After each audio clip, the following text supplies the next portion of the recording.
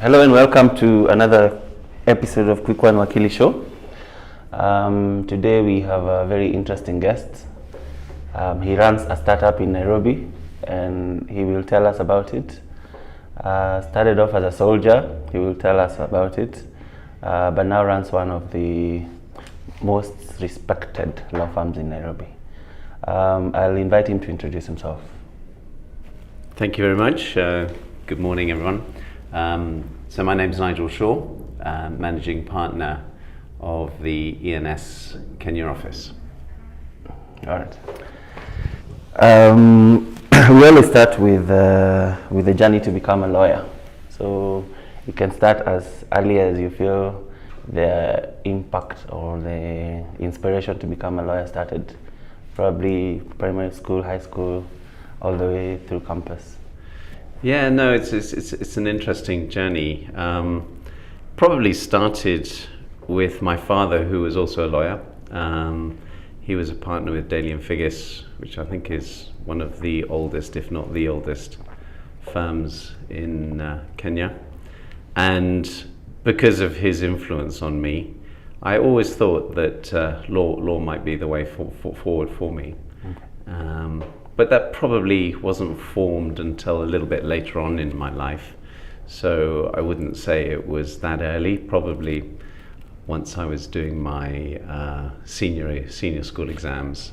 Mm-hmm. And then obviously when I went to university, I did a law degree. So that was where it probably started for me. Okay. Where did you go to primary school? So I was at primary school in Tugoni Primary, just here in Limuru. Yeah. Okay. Yeah. Which was my first school, and then I went to Kenton College in Kilaleshwa. Okay. And then after that, I went over to UK. I was at school in UK. Okay. University in UK as well. All right. Let's see. So in the UK. At which point were you in the army, and how did that transition to you going to law school? So the way it worked was that when I was leaving school, I actually applied for a place in the army. Okay. And that was before university. So they gave me a place at that stage. On condition that I wouldn't enter the army until after I'd done my university degree.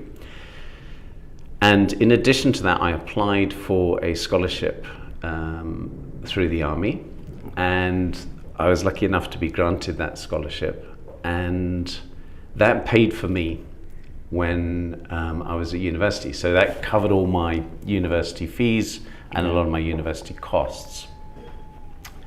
Then what happened was that I did my law degree. I finished my law degree at university, and I deferred my entry into the army for one more year so that I could qualify as a barrister, and I qualified as a barrister in England. Yeah. Through the bar school there in London, and I then went into the army after that. Okay. So it was interesting to go into the army at that stage, because as you can imagine, I was slightly older than a lot of people, because I had actually taken a year out between school and university anyway. I then spent 3 years at university. I then spent 1 year qualifying, getting professional exams done, then into the army. Mm-hmm. When you think that some of the soldiers going into the army at that stage were straight out of school. Yeah. So there I was, probably aged about 23, 24 going into the army, but there were some guys in the army 18, with 19? me, 18, 19 year olds. Yeah. Mm-hmm. And we were all on the same course, and I went through training there. It was initially a 6 months training at Royal Military Academy Sandhurst, which trains all the officers that go into the British Army.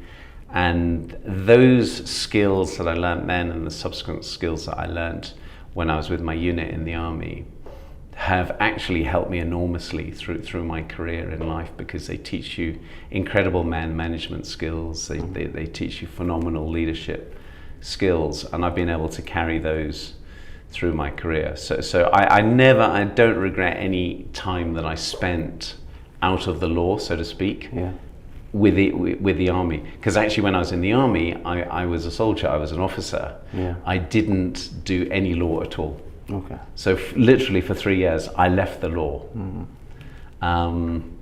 And then when I left the army, it was a 3-year commitment that I had, and the army, after my 3 years, kindly offered me to stay on, but I thought, I'm not sure that this is really ultimately a career for me, being a soldier, and I had a qualification then as well.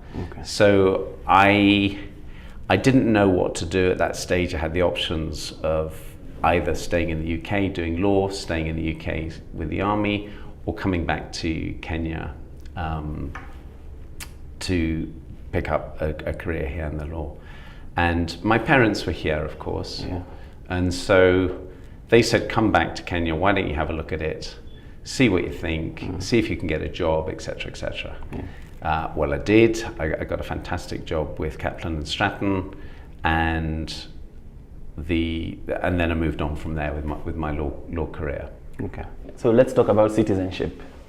Of course, historical. Now you can be a dual citizen, right? Yes. But back then, was that the case? So that wasn't the case in the sense that you couldn't forever be a dual citizen. You could be a dual citizen up to the age of 21.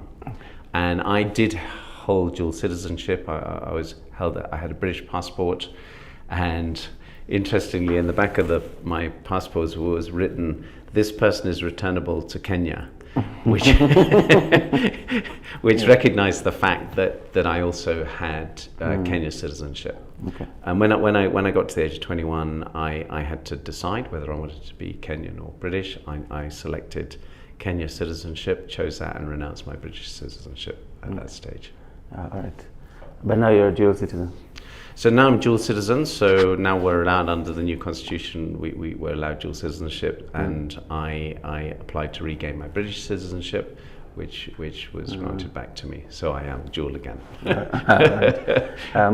Did you practice any law in the UK? No, I didn't actually do any law at all in the UK. So I started the practice of law when I came back to this country. All right, so let's talk about your journey at Kaplan. First of all, did you have to go to Kenya School of Law? So I had to do Kenya School of Law, and in those days I was exempted some of the exams because they recognised the UK qualification and some of the exams that I'd done there. So I think, if I remember correctly, I did something like 6 out of 12 of the topics. So I did that. That was my first year. But at the same time, whilst I was doing that, I did my pupillage. So the law school and pupillage were 1 year, condensed into 1 year. So I was in those days able to do the two together, which saved me some time, and then into employment with Kaplan's after that. Good. Did you find the transition from having studied in the UK and practicing law in Kenya onerous, or how did you find it? I mean, given that I hadn't really ever practiced in the UK as such, I didn't really know what to expect. And the law is actually remarkably similar. So the only thing that was very different in Kenya was land law. That was quite different from the English law, understandably. And strangely enough, actually, I was exempted from the land law exams as well. I see. Yeah. So let's talk about Kaplan now. So you started off as a pupil. How long were you there? What departments did you work in? What were some of your best works? So Kaplan's was absolutely fantastic. I really couldn't have asked for a better start to my career. And I was at Kaplan's for 30 years, which was absolutely amazing. I had an extraordinary good time there, and the training and expertise and experience I gained there was absolutely phenomenal. I started in the corporate commercial section doing mostly real estate law. Yeah. That's where my strength lie, and still lies today. The training and the seniors at Kaplan's were great guys. We had the likes of Stuart Thompson, who was senior partner when I went there. Yeah. Amos Wako was there, of course. Dr. Fredo Jambo, people like Oliver Fowler, and so on. So it was a terrific platform to get me going, and that's where my expertise lay. It was in the real estate, and that's what I did. Is it still the same thing you do here, or have you spread your wings? I've spread my wings considerably. Yeah. So even at Kaplan's, it wasn't just real estate. That was certainly my strong suit. Yeah. But I did a lot of corporate law. That was on the basic side of corporate law. I didn't get into the detail of it, so I wasn't, and I would never describe myself as a corporate lawyer as such. Yeah. I don't do the sort of heavy lifting when it comes to corporate work, like mergers and acquisitions and competition law filing and so on. Yeah. But I know enough about companies to talk hopefully sensibly about them. Yeah. I've immigration law, employment law, private client work, trusts, a lot of charitable work, and so on. So I did a sort of whole raft of things rather than specializing. But yeah, as I say, if you ask me, it's probably real estate. Oh, I see. So with 30 years at Kaplan, I want us to talk about your decision to come out and start your own farm. Talk about the ENS angle. Why did you initially start with ENS, or you started off the farm and then ENS came later? How did that happen? So the way it worked was that Kaplan's had been actually talking to ENS for a couple of years to see if there was any traction for a possible merger with ENS and Kaplan as a whole. Yeah. For a number of reasons, that didn't work out, and then almost inevitably, I suppose, ENS approached four of us at Kaplan, saying, "Look, listen, we know that you're interested in doing a merger.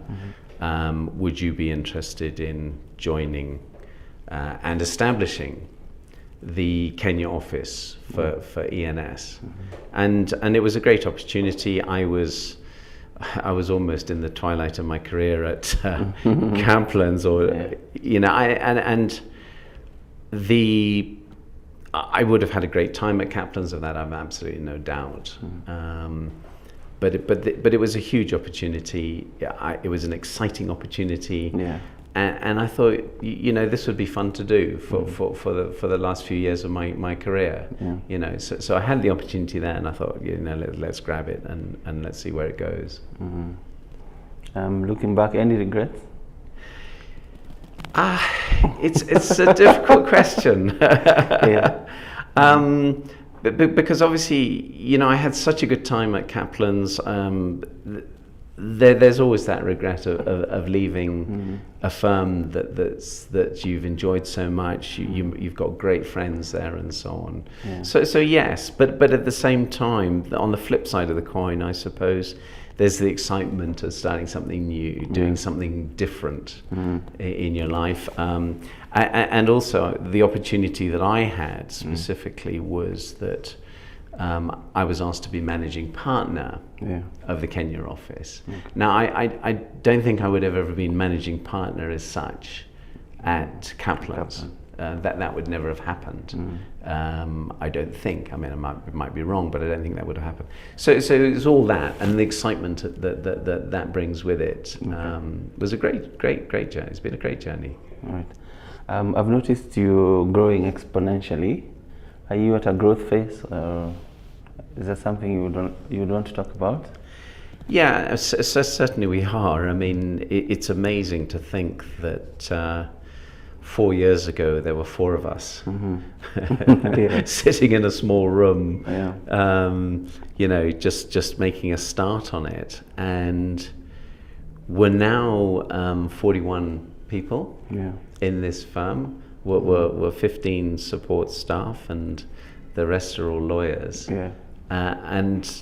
Yeah, you're right. It's amazing to think that we've gone from 4 co-founding partners to where we are now, and it's been a very exciting and thrilling journey to be on. Yeah. I just noticed you turned 4. Yes, very exciting. We in fact had our birthday party last night, so I'm feeling a little bit jaded this morning. So yeah, 4 years, almost exactly to the day, not quite. 1st of September would have been 4 years to the day. Okay. Yeah. Good stuff.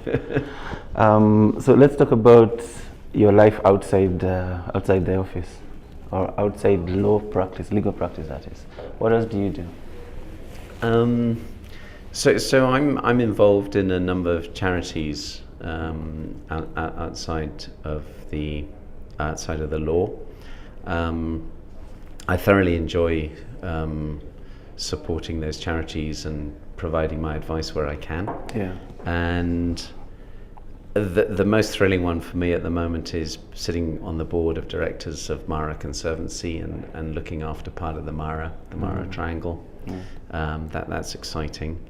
And the other thing that I did probably 8 or 9 years ago now, I established with my wife and a few other parents a dance school. Yeah. And that's been fun. That's been a great journey as well, because my daughter was and is a very good dancer. Okay. And so it was fantastic to be able to start that little school. It now has 3 studios throughout Nairobi, and I think of the people that attend the studios, there are about 600 kids. But outside of that, because the teachers go out of the school sometimes, I mean, I think at least another 600 kids. So they're teaching a lot of kids around Nairobi dance, which is terrific. Is it just ballet? It's ballet. It's hip hop. It's all the other types of dance that people do these days, and. They also do shows. They do a number of shows. They did a musical show earlier this year, I beg your pardon, called Oliver, which was brilliant, but mostly dance. I see. So and each year, for those that are interested, the National Theatre, they put on the Nutcracker, which is showing at Christmas time every year. I see. What's the ticket price? For you, very cheap. All right. So let's talk a little about our history, because I know your family has great history as far as Kenya independence and before independence is concerned. Is there something you want to talk about? Yeah, very happy to talk about that. My grandparents arrived in this country in the 1920s and started farming initially in the Nanyuki area, and then subsequently in the Sotik area, where they started a farm there. They gradually built up the farm. That farm was subsequently sold to Sasini Tea and Coffee, and it's part of the Sasini Tea and Coffee group now. And interestingly, my grandmother on my father's side of the family was persuaded to go into politics, and she ran for a seat in around 1956, I think it was, or even earlier, 1954 maybe, where she was a woman, and she was up against a general of Winston Churchill's from the Second World War, obviously. Yeah. And she managed to defeat him. She defeated him by exactly 4 votes. So my grandmother wrote her memoirs, and we turned those from manuscript into Word format, and then we published those, and we published her memoirs in a book called Kenya Kaleidoscope, Okay. which is really all about her time in this country, essentially, and very interesting reading about her political career. We'll look for it. Yeah, please do. Right. Let's talk about the ENS culture, juxtaposed to the Kaplan culture. What are some of the lessons you learned, and what are some of the new techniques that you're applying to create an ENS culture? Yeah, it's a good question. It's something that I've been working on quite hard over the last 4 years since we started.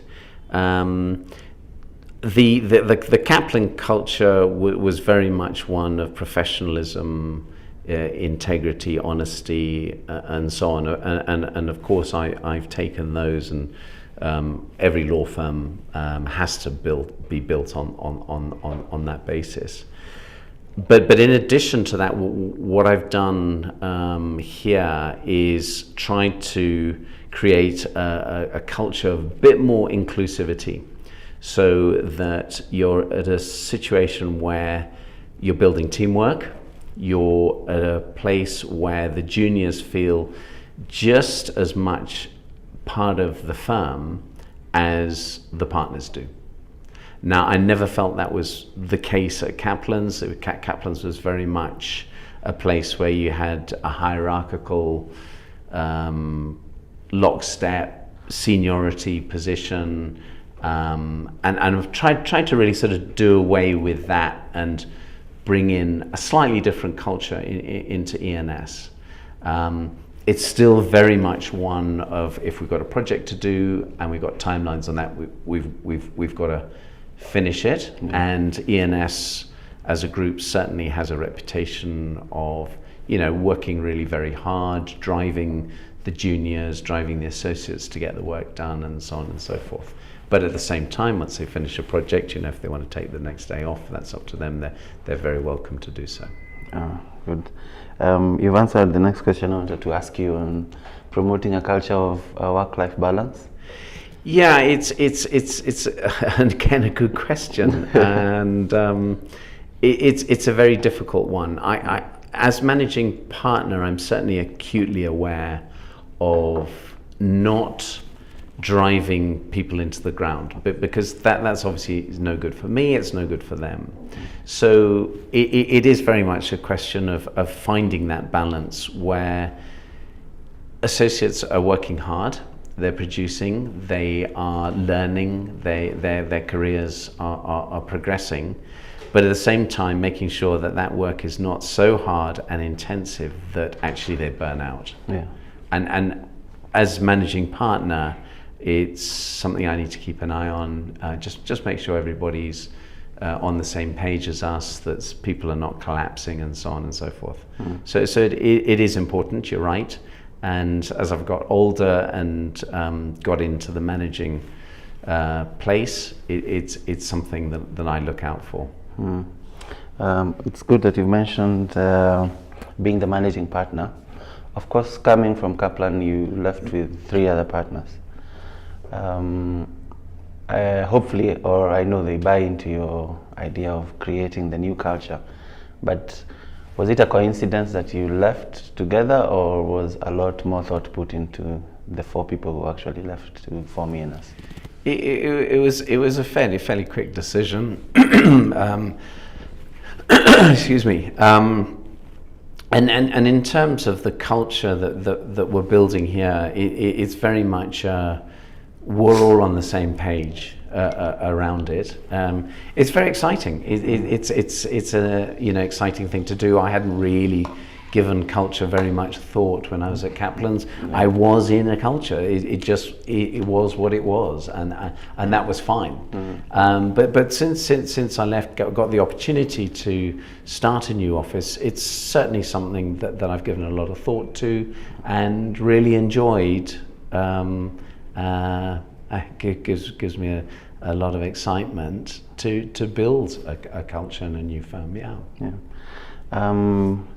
You have you have more partners now.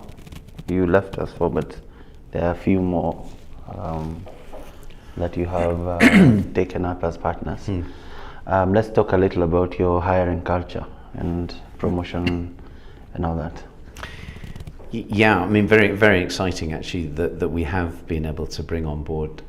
We brought on board three more partners, which is fantastic. And what I want to do is continue to build the firm. We've obviously been building over the last 4 years. That is a work in progress. You know, we've still got a long way to go. I still want to look at building other arms to this firm. At the moment, we're very much a corporate commercial firm, and we cover, you know, all aspects of the corporate commercial world. But now what we need to look at, I believe, is looking at things like litigation, setting up a litigation department. I also think we need to look at maybe insolvency practice. We also maybe look at forensics, we maybe even look at fiduciary services, we may look at company secretarial services. All these other options are out there. Yeah. And that's really something that gets me out of bed every day, you know, exciting stuff to look forward to grow and build. And for a young lawyer who would like to join the team, what are those few things that you look for?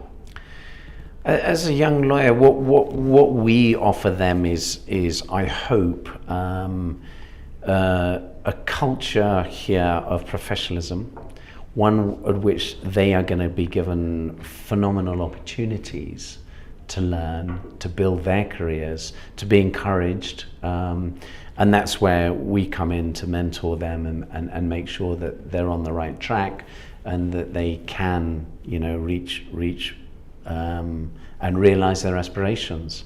One of the things that ENS is very good at is looking after the associates and provides them, you know, with trips to South Africa, for example, where all the associates from all the offices around ENS, they all gather and they have a nice weekend together with their families as well. So it's a huge opportunity and excitement for them to be able to do that. Oh, I see. I actually have friends here who travel a lot. I think your firm employs the people who travel the most around here. Yeah, I mean, I think so. As you probably know, you know, ENS is one law firm. Yeah. We're not a network, yeah, as such. So, of all the offices, we have 7 different countries that we cover. And there's opportunity for associates to travel between the offices if they want to go on a secondment for 3 months, 6 months to another office. You know, we can set that up, we can arrange that and set that up. And yeah, they do get the opportunity to travel. You're right. I think it's quite exciting. I think it's quite appealing to them. Yeah.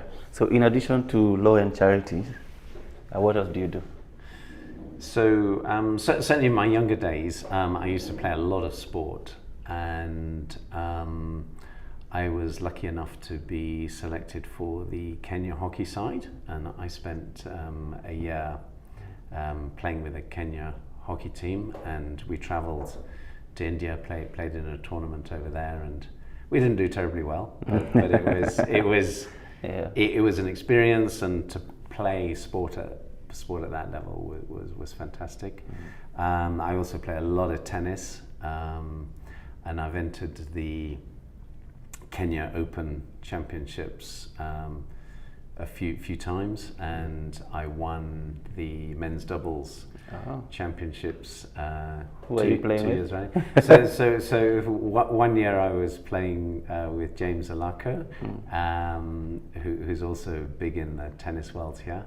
And 1 year I was playing with a Ugandan chap called Stephen Kasibwa, and so that was great. And my other passion is sailing, and I took up sailing a little bit later on in my career, but I had the opportunity to sail in the World Championships, which was held down in Kalifi. How much Swahili do you speak? I'm relatively fluent in Swahili, but it's very much Nairobi-based Swahili. But I did have an interesting time down at the Kalifi Championships, where I was approached by one of the local radio stations, and the presenter there, and he said to me, "Can I interview you?" And I said, "Yeah, sure, you can." And he said to me, "Can I speak to you in Swahili?" And I said, "Yeah, sure, that's no problem." Anyway, he started off speaking to me in coastal Swahili, and I couldn't understand a word of what he was saying. I said, "No, stop." And then he said, one of the questions he asked me, and I was sailing in that competition with an Australian, and he said to me, "Do you think you're going to have any language issues?"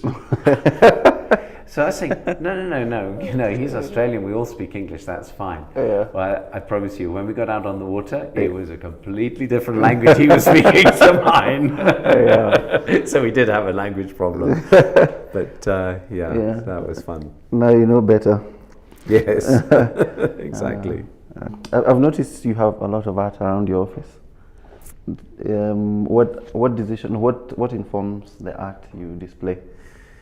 Yeah, what we decided to do when we established this office and went through the fit out was what sort of art would we display, and what we've tried to do is take art from different countries that ENS has offices in. I see. So, for example, we've got one room that is set up for West Africa. We've got a piece there from Ghana. Yeah. We've got another room that's set up for Mauritius, is dedicated to them, and we've got other rooms set up for the different